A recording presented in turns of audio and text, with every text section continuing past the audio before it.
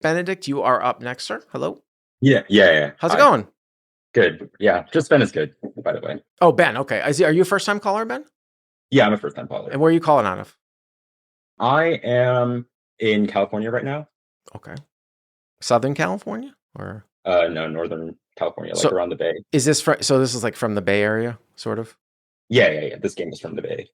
Or Bay 101 or something. All right, is it 235 or No, it's actually a home game. Oh, okay. All right. Bay Area home game. What's the size of the game? It's a 2-5 game, 9 max. It was playing pretty big though, so it was honestly more like a 5-10 than 2-5. But And how deep are you? with the villain, I was 3,500 effective, Okay. so around 800. Pretty deep. Pretty deep. Is the game playing with the straddle? So yeah, people were straddling a lot, but yeah, for this particular hand, it was just a 2-5, no straddle. So no straddle. Yeah. Okay. Start us off here. Before I want to get into hand, there's also a squid game that was going on in this hand. It's like the knit game, but Okay. like you can win like multiple tokens, and each token is worth like 10. So Worth 10 what? $10. So 2 big points. Okay, so it's some sort of hybrid bounty stand-up game. Okay. Yeah, exactly. Okay. Yeah. And to start this hand, I did not have a squid game token, Okay. and I'm pretty sure I probably should have recorded this, but I'm pretty sure the villain in this hand did have a token, so that could be something of note.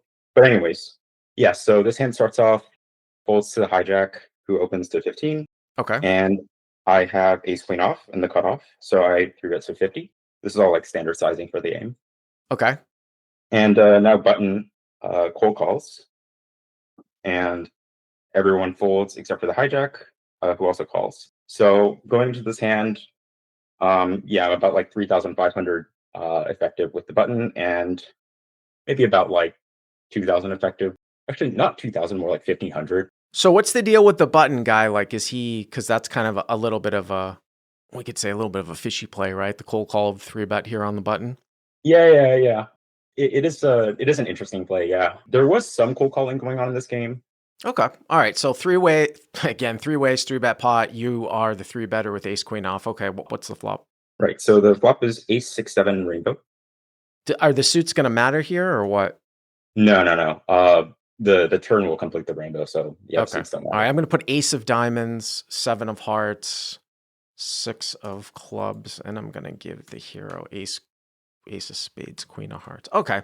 Ace, 7, 6, rainbow. Okay. Right. So hijack checks, and I bet out 75 into 150, and the button calls pretty quickly. Not like snap call, but like relatively quickly, and then the hijack folds. So hero bets about half the size of the pot, ace 7, 6. One of the things I would just say here is, again, it's hard in like a theoretical type of situation to, there's almost never this type of situation, like theoretically, especially like in a 2-blind game with no ante where there's, cold calling of 3-bets. Similar to the hand that we actually had before on this live stream, a lot of times ranges that cold call 3-bets are actually somewhat defined, pretty well defined. And what I mean by that is like, it's going to be like ace king through ace jack, suited or of the offsuit variety, sometimes ace 10 suited, pairs that don't want to necessarily like blow themselves off, like 9s plus, something like that. If you believe that type of range, and I know the hijack had opened and then just completed, usually if I have ace king or ace queen and I get an ace high board like this where I don't have to really worry about sets, I would just tend to size up because I don't think, I know you kind of went in between because there's no like you betting small isn't necessarily going to get like a defend if you bet, say, smaller than say like 2/3. I guess you could make a case, well, if you bet, 1/3, maybe like 10s and jacks are forced to call. But if you go out for like 100 or 125 and the guy's next to act, he might have to fold those things. The other interesting thing too is that you don't have ace king, you have ace queen. There might be some consideration for that as well because you can be sometimes beaten, but usually that's kind of my approach to ace high boards in multi-way 3-bet pots if I have a hand that I think is actually the best hand. Now this board is obviously as dry as a bone, but that's just sort of my take. All right, 75 button calls next to act, hijack folds, and now we're at 300. Right. Yeah. Okay. I guess the point about sizing up does make sense. I was just kind of nervous about like you said, there aren't that many sets out there, like sixes and sevens, obviously. Those are sets. But going against like two ranges at once, I kind of wanted to avoid bloating the pot. The chance of one of them having like sixes or sevens or like 6, 7 even is low enough. But the chance of like neither of them having sixes or sevens or 6, 7 or like a6, that is like a bit more likely than just one of them specifically having like sixes or Well, sevens or 6, 7. you have to take into account the fact that the hijack is wider, right? We talked about what does a cold call to three bets look like, that type of range, but the hijack is the one that opened and then completed. So he really can have those hands, sevens, sixes, ace seven, 7-6 suited, things like that. Although a savvy player that know what's going on should be four betting actually a wider range here with that dead cold call behind. But I see what you're saying. All right, so 300. What's the turn now? Right. So the turn is an offsuit 9. All right. So 9 of spades. So that's, I mean, I don't think anyone's going to really be in there with like 10-8, but the question is like, somebody in there with nines that didn't fold the flop. Obviously, there's always the chance of ace 9. This is where I would look at the suits of, your ace and look at how many combos of like ace 9 suited are there. But it's not, what's interesting is that it adds like straight draws to anyone who has a 10 or an 8 in their hand, but it's totally rainbow. So I don't know if your head's up and the guy called in position. I don't know if I slow down here necessarily. Yeah, I end up going 250. And what's interesting is that the button like just immediately calls, like he snap calls. And so when I see that, like what kind of hand is snap calling, right? It's obviously not top of range. Like if he has 10-8, he's like at least thinking about racing. If he has ace 9, he's probably thinking about racing. He probably doesn't have a 2 pair on the flop because he would probably think about raising those hands as well, although he didn't like to snap call on the flop, I guess. So it's probably like eights, tens, something like yeah, that. eights, yeah, and tens and a weak ace, and then also like like 7, 8, 8, 9, like those kind of like pair plus straight draws that are just like they have a really easy decision. I guess like ace jack, ace 10, those kind of hands. Yeah, there is no backdoor. So this could be like ace 8, it could be 8s, it could be 10s, it could be ace 10. I mean, yeah, usually a call that's really quick like that. We talk about bet. I'm not a big, huge guy on like live tells, but one of the things I think that you do pick up a lot in live poker is, I guess here you'd call it call pacing. I talk about bet pacing in the sense of the way that somebody, the sort of the pace of whether they bet or call can give a lot up about their hand when a certain range of hands would dictate that there should be more pause, which is basically what you said. So 800 now on ace 7, 6, 9 here with ace queen. Okay, what's the river? Right. So the river is just a complete brick. It's a deuce. All right. So I mean, okay, like ace deuce gets there, but in all other aspects, it's just like a complete brick, right? So I'm just thinking about what kind of sizing I can go. Can I go for like massive value here? I do bet 700 here.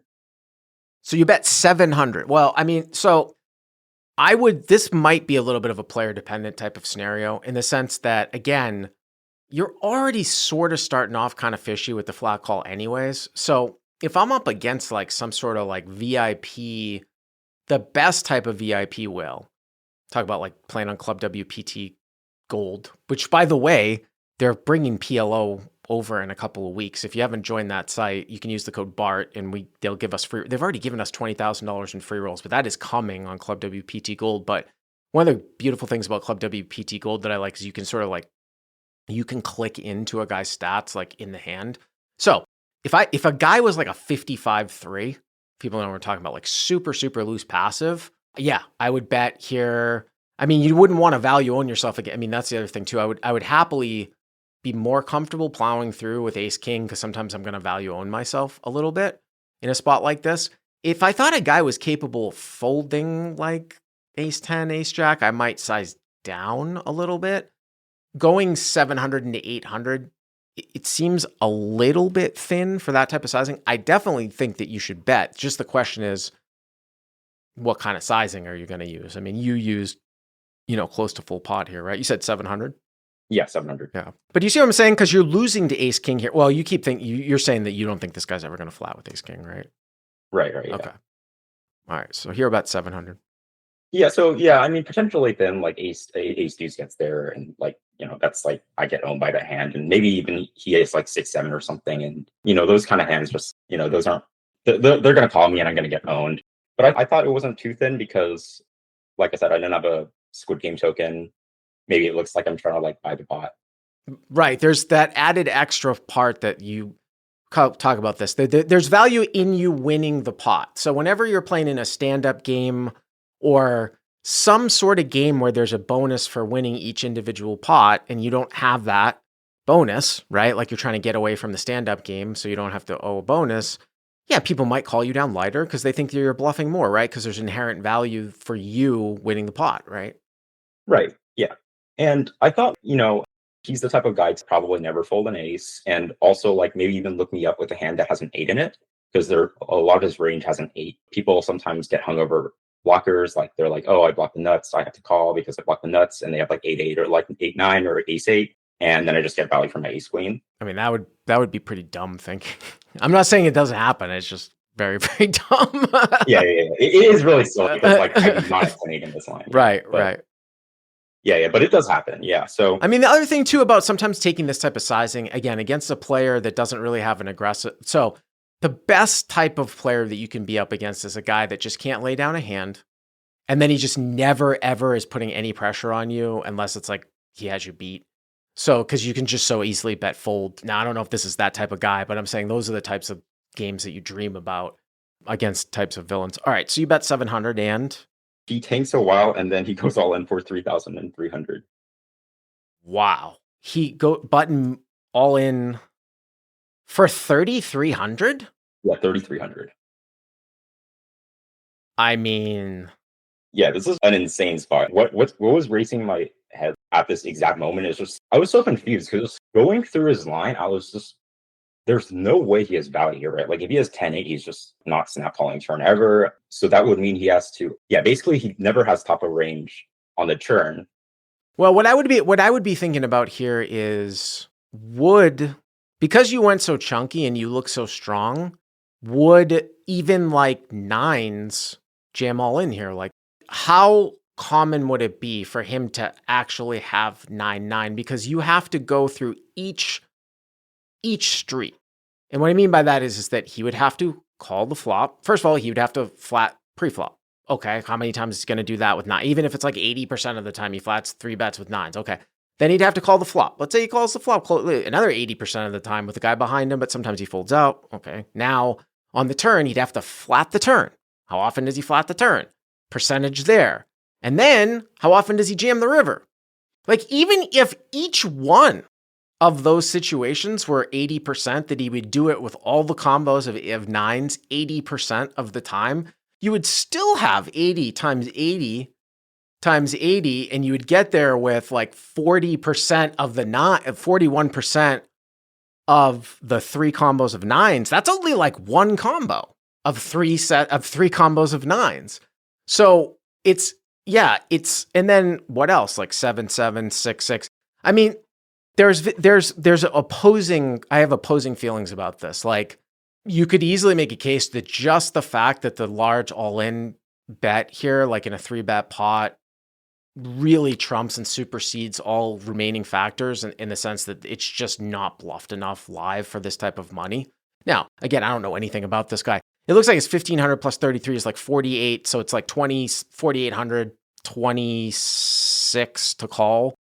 So you're just, it's over a pot size bet. So you're just, you're getting a little bit under 2 to 1. But the other problem though, too, is a lot of times like guys would have to take some hand and turn it into a bluff, which a lot of times just doesn't happen enough in live poker. Like a hand with an 8 in it, like 7 8 or a 10, 9 10. You know what I mean? So some sort of like pair plus straight draw that they now think that is just no good. And it's weird because you'll see some people will bluff on the river on occasion with no showdown at all through a bluff raise. But for whatever reason, whenever they have some showdown value, they like to call more often than bluff, even though bluffing might yield a way higher expectation if he had like 9 8 here than calling. But we go through all that stuff and I still feel like my gut reaction here is to fold Again, you're going to have to tell me, do you have any history with this guy whatsoever? Yeah, I do actually. So Wow. I have played with this guy online a couple times. This is like my second time playing with him live, but online I have seen him like get out of line a couple times. In live though, like in this particular game, it didn't really seem like he was running that many bluffs. Maybe this game was just bigger than normal for him, so like he was a bit more hesitant to get out of line. But I definitely have seen him get out of line in online 1-2 or smaller 2-5 games. So I know this guy is capable of turning showdown ballet into a bluff sometimes, but just like maybe not for this sizing. And yeah, I mean like you're kind of just like going through my exact thought process here because in game I'll just like what could he possibly have that improved on the deuce and is like willing to jam? Like ace deuce is never jamming. When he jams, he basically only has 10-8 or like a complete bluff, right? Because even nines, like, you know, they might be a bit scared to jam because they might just get snapped by aces, right? I don't know. I mean, if it was really just 10-8 or a bluff, like that's a very, because how often does he even have 10-8? I mean, I would just be more concerned with set and maybe like ace nine, although, I mean, listen, again, like thinking players, like I'm not overly concerned that you have a set when I have ace nine here. I mean, I suppose you could have sevens and sixes, but I mean, maybe you three bet those in the cutoff versus a hijack open. But there are a lot of guys that aren't going to shove like that, you know, with those hands. And the board's rainbow. So if he has sevens or sixes, maybe, I mean, I just think that he could have some nines and he could have some sevens and sixes here. But again, I just 10-8. I mean, if he has 10-8 in his range of calling three bets cold, because I guess he's that deep, then that makes some sense too. But again, man, it's just like there are certain people that I would kind of know, like are willing to put that type of money in here in a three bet pot on an ace high board where you have a gigantic sort of nut and range advantage in this particular spot as a bluff, especially when the bluff is going to have to consist of turning something into a bluff. It's not like he has zero here that he gets here with. You know what I mean? Like he doesn't just have nothing. He has to have something in the form of like a pair plus something. So I don't know. This one might get through me. I mean, I think it would. I don't think I would call, but what did you do? I did call. I mean, I just thought, you know, he never has top of range on the turn and he never improves on the deuce. So I was just like, okay, I call. And he shows 8-8 for the bluff. Wow. So button has 8-8. So, well, I mean, that's exactly what we talked about. Something with an 8 or a 10 in it. Exactly. Yeah. Yeah. The table was like kind of, they were like, wait, how are you calling a $3,300 raise? No one in 2-5 is going to bluff that for that sizing. But I mean, yeah, like I was really just in the tank for a really long time because I mean, it's so contradictory, right? It's so hard for me to believe that he has value here, but on the other hand, who in their right mind is bluffing for 3,300 on an ace high board against a three better? Well, I think there's something to be said that doesn't necessarily get possibly conveyed. I mean, you touched on it, right? But it might not get conveyed as well, like in this type of format, is that it's almost like Daniel Negreanu live reads. What does that mean, live reads? It means almost like, because you did touch on it, almost like a subconscious type of thing where you noticed the weird pacing of the turn call. And then you know enough about poker to sort of put it together where nothing really makes sense with what he's representing if he used that type of pacing. The way, whether it's pacing or the way that he acted. That's what live reads mean if someone were to actually, great live instincts. That's what it would be. And you can kind of sometimes even see it like in your peripheral vision, right? Like you might not even be looking directly at the guy, but you can sort of pick that up. Right. So maybe you did. Anyways, nice call. I appreciate it. Thank you very much.